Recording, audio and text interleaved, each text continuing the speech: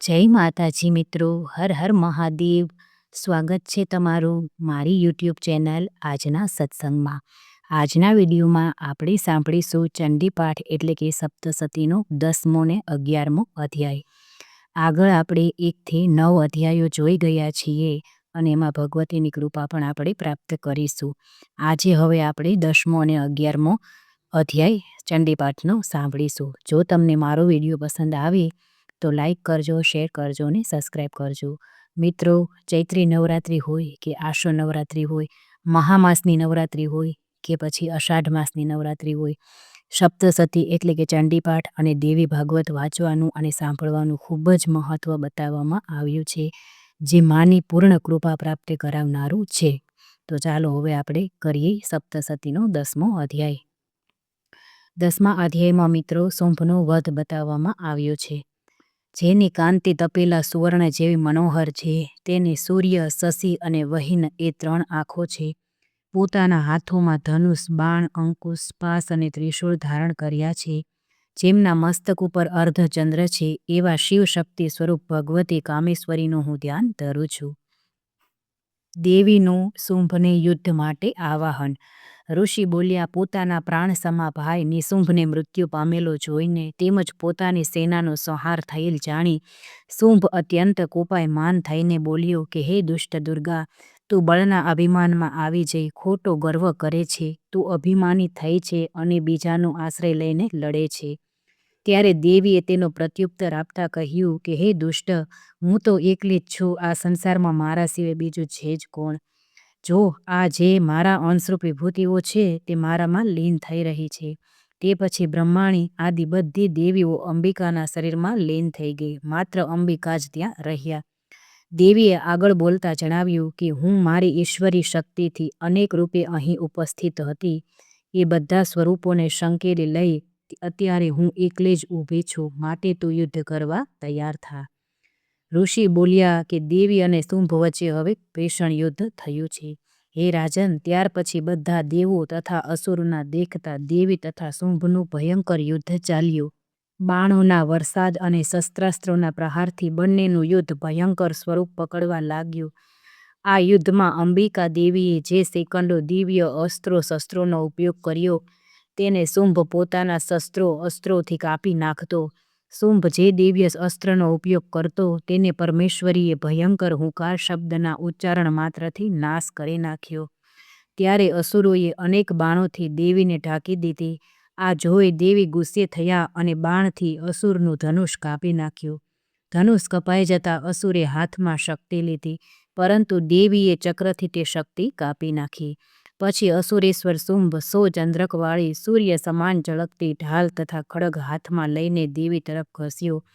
તે નજીક આવ્યો કે દેવીએ તેના ઢાલ અને ધનુષના ટુકડા કરી નાખ્યા. પછી દેવીએ તેના અસુઓ તથા સારથીઓનો નાશ કર્યો. તેથી અસુરે અંબિકાને હણવા માટે ભયંકર મુદગર હાથમાં લીધો. દેવીએ પોતાના બાણો વડે તેને છેદી નાખ્યો. ત્યારે અસુરે મુઠ્ઠીઓ વાળી દેવી તરફ ઘસ્યો અને દેવીની છાતીમાં મુઠ્ઠી મારી. ત્યારે દેવીએ પણ તેની છાતીમાં ઘા કર્યો. દેવીના ઘાથી શુંભ જમીન ઉપર પડ્યો, પણ તરત જ તે ઊભો થઈ ગયો. તે ઉછળ્યો અને દેવીને લઈ આકાશમાં ચઢી ગયો. ત્યાં દેવી એકલે હાથે અસુર સાથે યુદ્ધ કરવા લાગ્યા. શુંભનો વધ. આકાશમાં શુંભ અને ચંડિકા દેવી વચ્ચે પ્રથમ યુદ્ધ થયું. તે સિદ્ધો અને મુનિઓને વિસ્મય પમાડતું હતું. આમ અંબિકાએ તેની સાથે લાંબા સમય સુધી યુદ્ધ કર્યું. પછી તેને ઉચક્યો, ચક્કર ફેરવ્યો અને પૃથ્વી પર તેને ફેંકી દીધો. પૃથ્વી ઉપર પડ્યા પછી આ દુષ્ટ અસુરે ફરી ચંડિકાનો વધ કરવા મુઠ્ઠી ઉગામીને તેમના તરફ વેગથી દોડ્યો. દેવીએ પોતાની તરફ તેને આવતો જોઈને ત્રિશૂળ વડે તેની છાતી ભેદી નાખી. આથી તે ભૂમિ ઉપર પડ્યો. આથી સમુદ્રો, દ્વીપો તથા પર્વતો સહિત આખી પૃથ્વી કંપી ઉઠી અને તેનો પ્રાણ નીકળી ગયો. એ દુરાત્મા શુંભનો નાશ થતાં આખું જગત પ્રસન્ન અને સ્વસ્થ બન્યું. આકાશ પણ નિર્મળ દેખાવા લાગ્યું. પહેલાં જે ઉલ્કાપાત મેઘ હતા તે શાંત થયા. નદીઓ પહેલાંને જેમ વહેવા લાગી. શુંભના મૃત્યુથી સર્વ દેવો આનંદમાં આવી ગયા અને ગંધર્વો મધુર ગાન કરવા લાગ્યા. બીજા કેટલાક ગંધર્વો વિવિધ વાજિંત્રો વગાડવા લાગ્યા. અપ્સરાઓ નૃત્ય કરવા લાગી. પવિત્ર વાયુ વાવા લાગ્યો, સૂર્ય સંપૂર્ણ પ્રકાશથી પ્રકાશવા લાગ્યો, યજ્ઞોનો અગ્નિ જે ઓલવાઈ ગયો હતો તે આપોઆપ સળગવા લાગ્યો, અને 10 દિશાઓમાંથી અસુરોના જે ભયંકર અવાજો થતા હતા તે શાંત પડ્યા. ઇતિ શ્રી માર્કંડેય પુરાણે સાવર્ણિકે મન્વંતરે દેવી મહાત્મયે શુંભવધો નામ 10મો અધ્યાય. 10મો અધ્યાય અહીં પૂરો થાય છે. શક્તિની ઉપાસના કરવી હોય તો એ વિરક્ત જન રહેતા है अज्ञानी, शक्ति उपासना से विरक्त जन रहता है अज्ञानी, लगता है वह रिक्त सरोवर सुख गया हो पानी, शक्ति उपासना ही मन चाही सिद्धि दिया करती है, वही लोक मंगला सभी की आधी व्याधि हरती है. માં જ એક એવું શરીર છે મિત્રો જે તમારી આધિ વ્યાધિ અને ઉપાધિને હરી લે છે, પણ આપણે ખાલી એટલું જ કરવાનું છે કે તેનામાં પૂર્ણ શ્રદ્ધા અને વિશ્વાસ રાખી ભક્તિ કરવાની છે, તો માં જરૂરથી આશીર્વાદ આપશે. હવે આપણે સાંભળીશું અધ્યાય 11મો. 11મા અધ્યાયમાં દેવોની સ્તુતિ છે જે દેવીને કરેલી છે, અને દેવીએ તેને દેવતાઓને વરદાન આપેલા છે. પ્રભાતના કોમળ સૂર્ય જેવી કાંતિવાળા, શીશ ઉપર ચંદ્રમાના મુકુટ, ઉન્નત સ્તનો, ત્રિનેત્રી સ્મિત વદના અને કરમાં વરદ અંકુશ યશ તેમજ અભય મુદ્રા ધારણ કરનારા એવા એ ભુવનેશ્વરી દેવીનું હું ધ્યાન ધરું છું. આમાં નારાયણી સૂક્ત બતાવવામાં આવ્યું છે જે ખૂબ જ ચમત્કારિક અને ફળદાયી છે. ઋષિ બોલ્યા છે કે દેવીએ શુંભનો નાશ કર્યો ત્યારે ઇન્દ્ર આદિ દેવો અગ્નિને આગળ કરીને એ કાત્યાયની દેવીની સ્તુતિ કરવા લાગ્યા. ઈચ્છિત પ્રાપ્તિ થવાથી સર્વ દેવો પ્રસન્ન થયા અને તેથી સર્વ દિશાઓ જગમગી ઉઠી.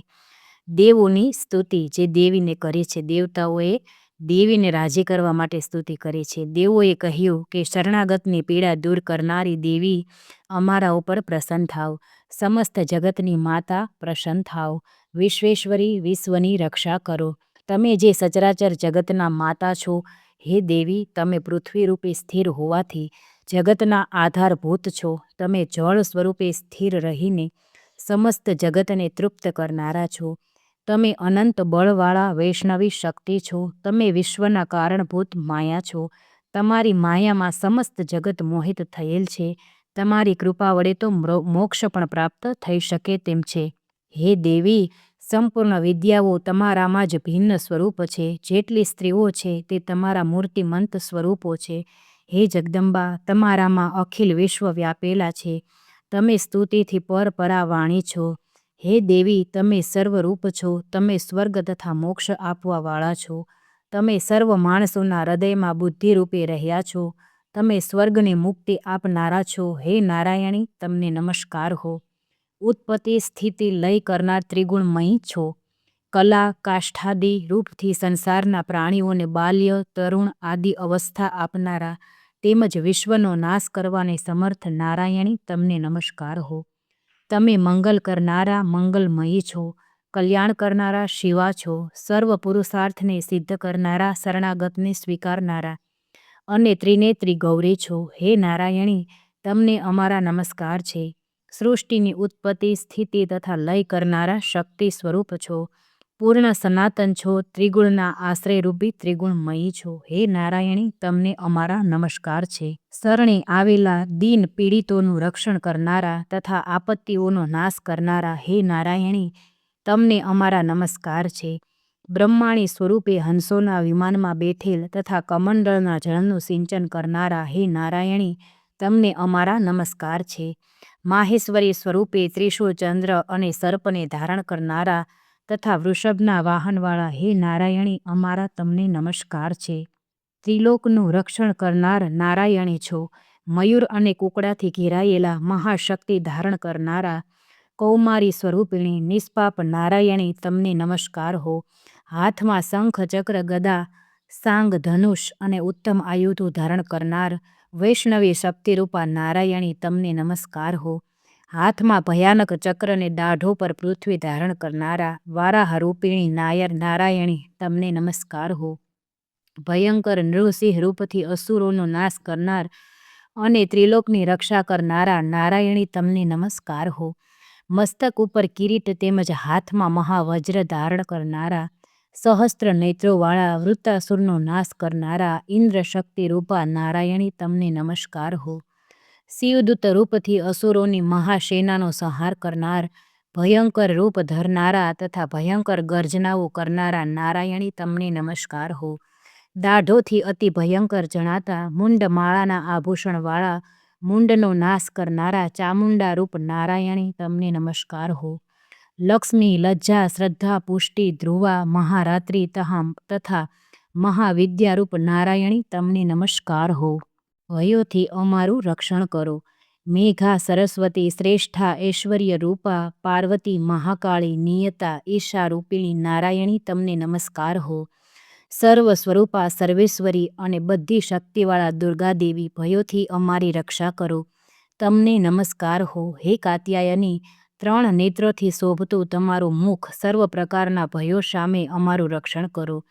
તમને નમસ્કાર હો. હે ભદ્રકાળી, જ્વાળાઓથી વિકરાળ જણાતા ઘણા ભયાનક અસુરોનો નાશ કરનાર, તમારું ત્રિશૂળ સર્વ ભયોથી અમારું રક્ષણ કરો. તમને નમસ્કાર હો. હે દેવી, તમારી જ ઘંટા સમસ્ત જગતને પોતાના નાદથી ભરી દઈ અસુરોના તેજ હણી નાખે છે. તે ઘંટા માતા જેમ પોતાના પુત્રોનું રક્ષણ કરે છે તેમ સર્વ પાપોથી અમારું રક્ષણ કરો. હે ચંડિકા, અસુરોના લોહીથી ખરડાયેલું ખડગ આપના હાથમાં શોભે છે. અમારું મંગલ કરો. તમને નમસ્કાર હો. હે દેવી, તમે પ્રસન્ન થાઓ છો તો સર્વ રોગો હરી લો છો. જ્યારે તમે રોષમાં આવો છો ત્યારે સફળ ઈચ્છિત કામોને પણ હળી નાખો છો. તમારે આશ્રયે આવેલાઓને કદી વિપત્તિ આવતી નથી. તમારે આશ્રયે રહેલાઓ બીજાઓને આશ્રયરૂપ થાય છે. હે અંબિકા દેવી, તમે તમારા સ્વરૂપને વિવિધ તથા અનેક રૂપમાં કરી આજે ધર્મદ્વેષી મહાઅસુરોનો જે આ નાશ કર્યો છે તે બીજા કોનાથી થાય તેમ છે. દેવોની વરદાનની માંગણી. હે દેવી, વિદ્યાઓમાં જ્ઞાનને પ્રકાશિત કરનાર, શાસ્ત્રોમાં વેદોમાં તમારા સિવાય બીજા કોનું વર્ણન છે? તમારા સિવાય બીજી કઈ શક્તિ છે જે વિશ્વને ઘોર અંધકારના મોહના ખાડામાં નાખી ભટકાવ્યા કરે છે? જ્યાં રાક્ષસો હોય, ભયંકર ઝેરવાળા નાગો હોય, શત્રુઓ હોય, લૂંટારુઓના દળ હોય, દાવાનળ હોય, ત્યાં તમે જ સમુદ્રની મધ્યે પણ તમે સાથે રહીને વિશ્વનું રક્ષણ કરો છો. હે વિશ્વેશ્વરી, તમે વિશ્વનું પાલન કરો છો. તમે વિશ્વરૂપા છો. તમે વિશ્વને ધારણ કરો છો. તમે વિશ્વેશના વંદન યોગ્ય છો. જેઓ ભક્તિથી નમ્ર થઈને તમારે ચરણે પડે છે તે સમસ્ત વિશ્વના આશ્રયરૂપ થાય છે. હે દેવી, તમે પ્રસન્ન થાઓ. તમે અસુરોનો નાશ કરી અમારી રક્ષા કરી છે. તેવી રીતે સદાય શત્રુઓના ભયથી રક્ષણ કરજો. જગતના પાપોનો નાશ કરો. ઉપરાંત ઉત્પાત તેમજ પાપના ફળરૂપ મહાન ઉપદ્રવો શમી જાવો. હે દેવી, અમે તમારે ચરણે પડીએ છીએ. હે વિશ્વની પીડાને હરનારી, તમે પ્રસન્ન થાઓ. ત્રિલોકવાસીઓની પૂજન કરવા યોગ્ય પરમેશ્વરી, બધાને વરદાન આપો. દેવીની વરદાન આપવાની ઈચ્છા.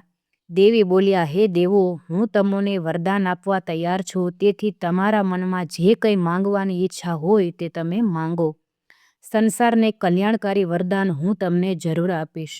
દેવો બોલ્યા કે હે અખિલેશ્વરી, તમે 3 લોકોની આપત્તિઓનો નાશ કરો તથા અમારા શત્રુઓનો નાશ કરતા રહો. અનેક સ્વરૂપે દેવી બોલ્યા કે હે દેવો, વૈવસ્વત મન્વંતર આવશે ત્યારે તેના 28મા યુગમાં શુંભ અને નિશુંભ નામના બીજા 2 મહાઅસુરો ઉત્પન્ન થશે. તે વખતે હું નંદગોપના ઘરે યશોદાના ગર્ભમાંથી અવતાર લઈશ અને વિંધ્યાચલમાં નિવાસ કરી એ બંનેનો નાશ કરીશ. ફરી અતિ ભયંકર રૂપે પૃથ્વી ઉપર અવતરીને હું વૈપ્રચિત અસુરોને હણી નાખીશ.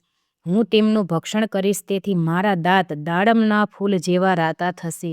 ત્યારે સ્વર્ગમાં દેવો અને પૃથ્વીલોકમાં મનુષ્યો મારી સતત સ્તુતિ કરતા મને રક્તદંતિકા કહેશે. ફરી પૃથ્વી ઉપર 100 વર્ષ સુધી પાણીનું ટીપું પડશે નહીં. ત્યારે મુનિઓ મારી સ્તુતિ કરશે. એટલે હું અયોનિજ રૂપે પ્રગટ થઈશ. ત્યારે મુનિઓને હું 100 નેત્રે જોઈશ. એટલે મનુષ્યો ત્યારથી મારું નામ સતાક્ષી રાખશે અને મારા સતાક્ષી નામથી મારી પૂજા કરશે. હે દેવો, તે સમયે મારા દેહમાં ઉત્પન્ન થયેલા પ્રાણધારક શાકોથી સર્વ જગતનું વૃષ્ટિ થાય ત્યાં સુધી હું ભરણ પોષણ કરીશ. ત્યારથી હું જગતમાં શાકંભરીના નામે પ્રખ્યાત થઈશ. તે જ વખતે દુર્ગમ નામના અસુરનો હું નાશ કરીશ. ત્યારથી હું દુર્ગા દેવીના નામે પ્રખ્યાત થઈશ. પછી જ્યારે હું ભીમ સ્વરૂપ ધારણ કરી મનુષ્યોની રક્ષા માટે હિમાલય પર્વત ઉપર રહેનારા અસુરોનું ભક્ષણ કરીશ, ત્યારે સર્વ મુનિઓ માથું નમાવીને મારી સ્તુતિ કરશે. ત્યારે હું ભીમાદેવીના નામથી પ્રખ્યાત થઈશ. જ્યારે અરુણ નામનો બળવાન અસુર ત્રણેય લોકમાં મહા ઉત્પાત મચાવશે, ત્યારે ત્રણેય લોકના હિત માટે હું 6 પગવાળી ભમરીનું રૂપ ધારણ કરીશ અને એ મહા અસુરોનો નાશ કરીશ. ત્યારે હું ભ્રામરી દેવી નામથી પ્રગટ થઈશ અને ત્યારે લોકો મારી ભ્રામરી દેવીના રૂપમાં પૂજા કરશે અને સ્તુતિ કરશે. આમ જે સમયે લોકોને પીડા થશે તે સમયે અવતાર ધારણ કરી શત્રુઓનો નાશ કરીશ. ઇતિ શ્રી માર્કંડેય પુરાણે સાવર્ણિકે મન્વંતરે દેવી મહાત્મયે દેવ્યાહાસ્તુતિર નામક 11દશો અધ્યાયઃ. અહીં 11મો અધ્યાય પૂરો થાય છે. જગત આખું જગદંબામય છે તો જોઈએ કઈ રીતે? જગતના સર્વ જીવ પદાર્થમાં જગદંબાની જ સત્તા વ્યાપી રહી છે. સર્વ જગત જગદંબામયી છે. જગતના સર્વ મનુષ્ય, નર, નારી, જીવ, જંતુ, અણુ, કીટ, જડ, ચેતન સર્વ જગદંબાનું જ રૂપ છે. આમ દેવી ઉપાસક સમજશે તો તેનામાં સર્વ જીવો પ્રત્યે પરમ પ્રેમ ઉત્પન્ન થશે. એ પ્રમાણે જ્ઞાન થશે ત્યારે જ તેને તત્વવિદ્યા પ્રાપ્ત થશે. મિત્રો, તો આપણે સાંભળ્યો 10મો અને 11મો ચંડીપાઠનો અધ્યાય. જો તમને મારો વિડીયો પસંદ આવ્યો હોય તો લાઇક, શેર, સબસ્ક્રાઈબ કરી અને કોમેન્ટમાં જય માતાજી જરૂરથી લખજો. જય માતાજી. હવે આગળના વિડીયોમાં આપણે 12મો અને 13મો અધ્યાય સાંભળીશું.